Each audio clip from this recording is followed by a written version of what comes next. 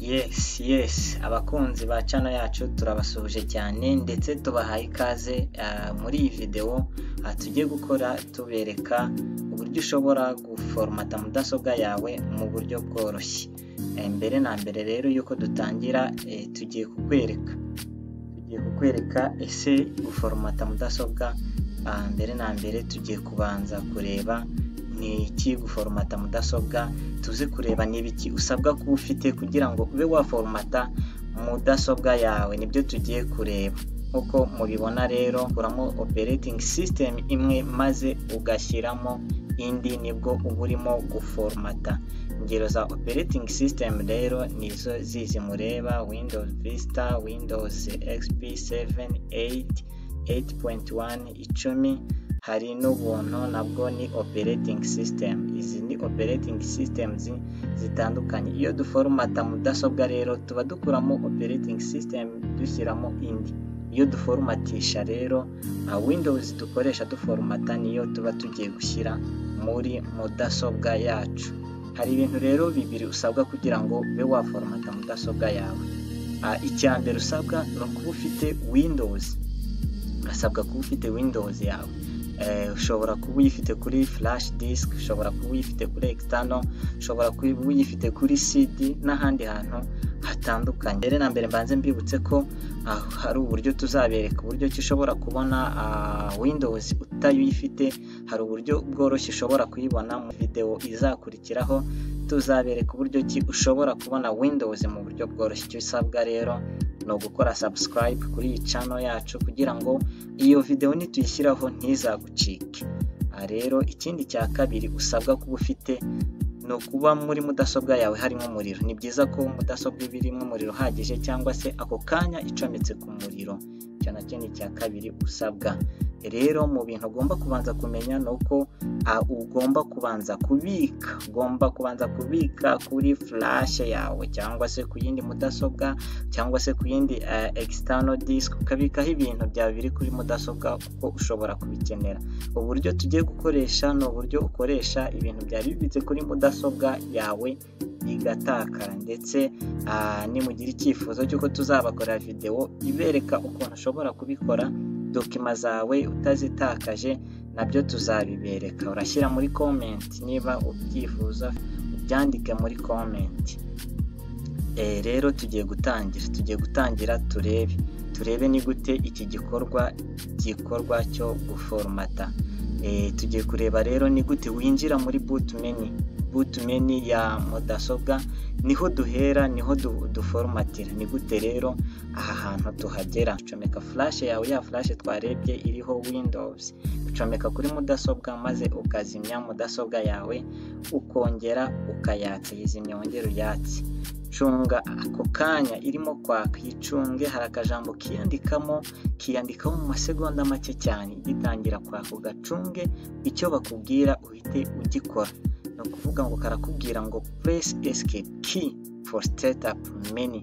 Areba kuri keyboard yawe, urebe iyi escape key iri hejuru ibumoso hejuru. Iyo buto urayikanda, cunga kagitangira kakizaho ugahita uyikanda ako kanya nta gutinda. Iyi shusho mureba ino kukaza ugahita ugakandaho. Wamara kugakandaho, iyo umaze kugakandaho uhita ujya muri boot menu. Hari izindi mudasobwa rero zimwe na zimwe zikubwira ngo press enter to interrupt normal setup, cyane mudasobwa za Lenovo ThinkPad nk'iyi tugiye gukoresha. Nayo no kukubwira ngo press enter to interrupt normal setup. No kuvuga ngo uhita uyikandaho ako kanya, ako kantu kakiza muri mudasobwa. Dore nuko ukaza uhita ukanda kuri enter ako kanya nta gutinda. Icyo gihe uhita winjira muri boot menu aho tugiye kwinjira. Izindi mudasobwa rero zimwe na zimwe irakubwira ngo kanda buto ya function, ikubwira buto uri bukande kugira ngo ujye muri boot menu. Hari zikubwira F12, F9 gutyo bitewe na mudasobwa ukoresha. Ibyo bakubwiye nibyo ukora, ugakanda kuri iyo buto ugahita ujya muri boot menu. Iyo ugezemo rero uhitamo flash yawe wacometseho, ubonamo USB, ukoresha izi arrow key zo kuri keyboard yawe, tuzamuka no kumanuka, ugahitamo flash, warangiza ugakanda kuri enter. Reka tutangire rero, tugiye kubikora ku buryo uri buhite ubibona, ukaba wabyikorera ku buryo bworoshye. Icyambere, flash yacu iriho, icometse kuri mudasobwa, turakanda kuri iyi buto yo kwatsa mashini, niturangiza ducunge duhite dukanda kuri enter, ka kajambo kakimara kuza muri screen yacu. Reka ducane, tugiye gucana, yego turayicanye, ducunge kuri enter, kakimara kuza mukajeho duhita dukirika kuri enter ako kanya. Yes, urabona ko twinjiye muri menu.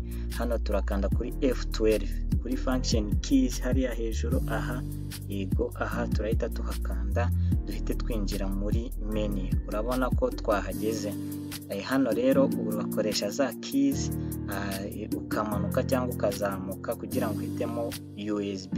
Izi keys zo kuri keyboard, izamuka n'imanuka, iyi mureba n'iyi, izi zombi urakandaho, tumanuke tujye kuri USB, tuyemeze, dukande enter, yego tujye kuri next, twinstalling, yego. Hano duhitamo I don't have product key, ko tudafite key, iyi ifite uyishyiramo, iyo udafite ukirikaho, duhitemo operating system, hano tuyihitemo, tujye kuri next, turajya kuri next, twemeze I accept, then tujye kuri next, then custom installation. Hano rero turahita deleting izi disk ziriho, disk, ibi bice bya disk tubideleting. Igice cya mbere reka tukideleting, iyi partition tuyideleting, then n'iya kabiri tuyideleting, duhite tujya kuri next. Yego, ubu rero kwiformata kwa mudasobwa yacu twatangiye, turategereza byuzure.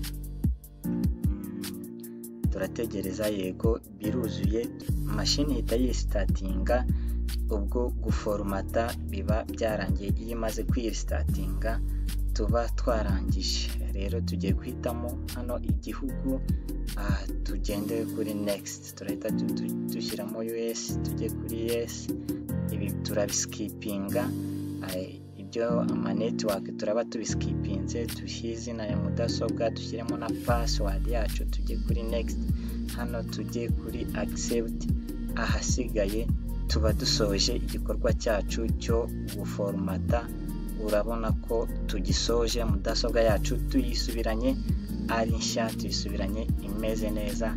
Ngira ngo urabibona ko tumaze guformata. N'ubu buryo rero ngira ngo murabibona ko ari uburyo bworoshye cyane, buri wese ashobora kwikorera adasabye umutekinisiye. Rero mwakoze gukurikirana iyi video yacu, Imana ibahe imigisha.